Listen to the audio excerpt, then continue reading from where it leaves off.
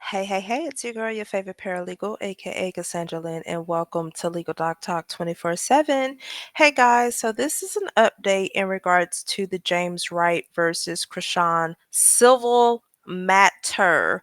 As you all are aware, James Wright also filed a civil suit against Chrisean Rockford or Chrisean Malone in regards to uh, personal injuries that he sustained in the incident that took place at the what is that child's name at that concert?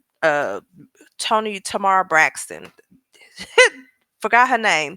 And so, in addition to Chrisean facing criminal charges in which she is doing her 12th month probation in regards to that, he also filed for personal injury damages. Now, if you have been with me, you guys know we have gone through all of the documents that James' attorney has provided to to the courts. And I've also explained to y'all, if you guys are not aware, I am a personal injury freelance paralegal. So yes, even though I don't work for one firm, I work for many firms across the United States of America. I do personal injury, I do family law. I don't know how many times I say that, and I'm a notary, but that's besides the point. The point is, this is my forte. I handle plaintiff's personal injury matters. So I kind of gave you guys the ins and outs of what James may or may not be getting. As I have stated time and time and time again, that I do see, or I did see James walking away with money. Probably not what he wanted, but he was going to walk away with something. And that is what I am here to break down for you guys, because there has been an update in the case. Now, we have gone through what he has submitted to the court, and as I explained time and time again, you have to prove up your damages. Anytime you file a lawsuit, preferably a personal injury lawsuit, you have to submit not only the bills, but you also have to submit the medical records to show that it was medically necessary for you to actually get the services that you need in result of the negligence of another party or the defendant, in which he did submit documentation. Okay. However, there were some things that he did not submit that actually proved his damages. Now, damages, as I said it before, medical records, medical bills, dentist bills, therapy bills, and records. When it comes to pain and suffering, and I forgot, damages can also include lost wages. Okay, so you have to prove that. Pain and suffering is just something a little bit more extra. For your mental anguish, for your physical impairment, for physical infringement, all of that will be considered pain and suffering. Okay. Let me bring up this document. So just real briefly, I'm going to show you guys this is his amended declaration that he actually filed back in, I want to say, October. Okay. Now, since then, he did have time to prove up his damages, but this was the last and only thing that he submitted. So whatever he submitted to the court, that was it. All we saw was a therapist bill, but we didn't have any therapy records to show that it was medically necessary for him to get therapy, or that the therapy was in relation to what happened at that incident at the Tamar Braxton concert. Okay. We also saw I believe it was a bill for the dentist, but there were no dentist records to show that it was medically necessary for him to replace all of his teeth or majority of them or get veneers, right? It didn't show anything that that determined that he needed that because of what happened at the Tamara Braxton. Okay. It was only the bills. So we would have needed a report to say, okay, because this happened at this particular time, he needed to replace this, and this. So there was no dental records to prove up the dental bill. Okay. Um, he also provided wage statements showing that I guess he had to cancel some of his engagements that he had. Uh, that there, I don't know how they really proved that unless Chrisean's attorney possibly was able to get his W-2s or his tax returns to show, okay, it shows like the prior 2 years you're making, let's say, 60,000 per year. Okay, then they will compare and say, okay, we see that you used to make this much, a much amount of money, sorry, used to make this amount of money for these past 2 years.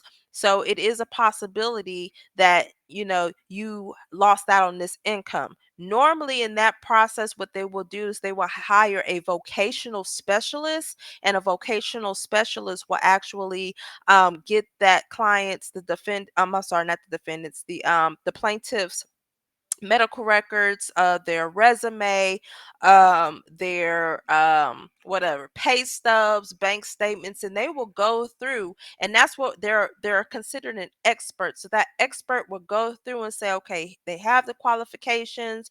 We looked at their prior tax returns, and it does show that if they was to stop working, that they would make this amount of money, so on and so forth. Okay, so I don't know if that was the case. Probably not, because I think they would have been awarded way more than what he was awarded. So I don't even think that was a possibility. Um, so I said all of that to say that this, what I explained to you guys back in October, was all that he submitted. I don't think that he submitted anything else. He didn't submit the medical records.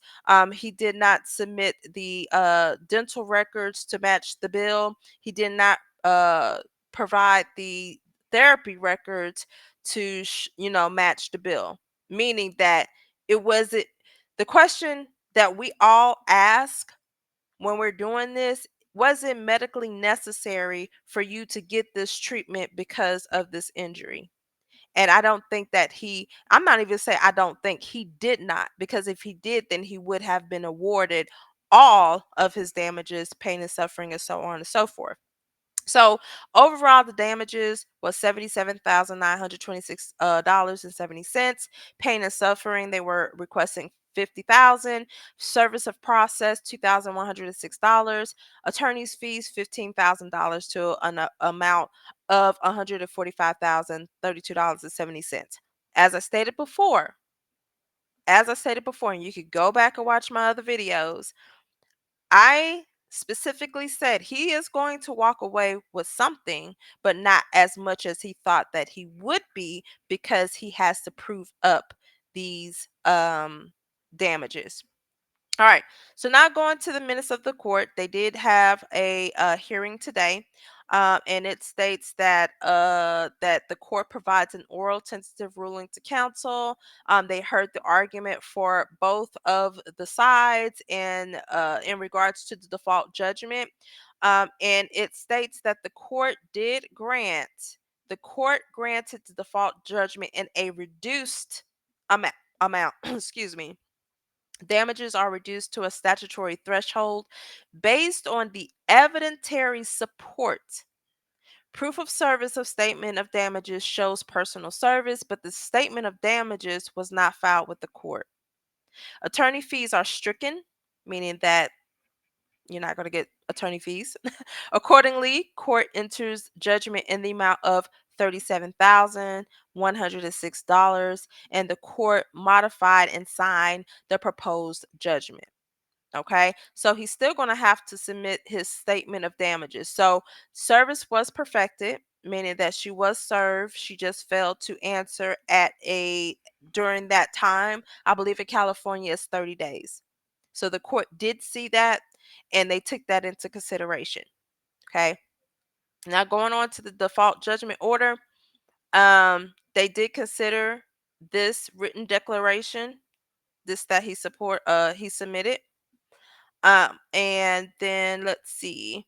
All right, so here's the breakdown. So here are damages. So the total damages was $127,926.70. So all they did was added the damages and the pain and suffering. Okay, that's the first part. So as far as damages, the court only awarded 35,000 out of that 127,000. Okay, this is based off of what James submitted to the court. We seen it, and if you didn't see it, go back and watch the videos. It was not a lot. You cannot just submit bills and think that you're going to get a judgment. You have to support, you have to show that it was medically necessary to get whatever it is that you got in order to prove up those damages, to prove up that medical bill or dental bill or therapy bill or lost wages. And because he did not do that, that is why his amount was reduced. Attorney's fees, it was stricken. So the attorney ain't getting paid for nothing. And I think I spoke with you about the attorney as well. Go back and watch the video. Go back and watch the video. That judge did, he is not getting paid dilly squat. And the reason being is because even just like the plaintiff has to submit their damages, medical records, employment records, bills, all of that, the attorney also has to submit their statement to shows how much work they put into it. So for the judge to have stricken 15 G's, that means that they didn't even provide a statement of their costs and their fees. It costs to file this petition. It costs to get a service processor unless James, came out of pocket. But I didn't even see any receipts showing that James did this all himself. So for the attorney to not get anything is wild. I would be pissed. Um let's see. And he awarded the cost. So this was the service processor cost, to the cost to actually serve her. So in total, that's the $37,106. And that's it. That's it. That's all. That's all. So as of right now, Chrisean has a judgment of, what is that? $37,106. The court did say that it was a, oh yeah, it says a proposed judgment, but once it's finalized, then that will go onto the docket. So yeah, $37,106 is what Chrisean owes. Hopefully she just pays it and then move on with her life. That's all.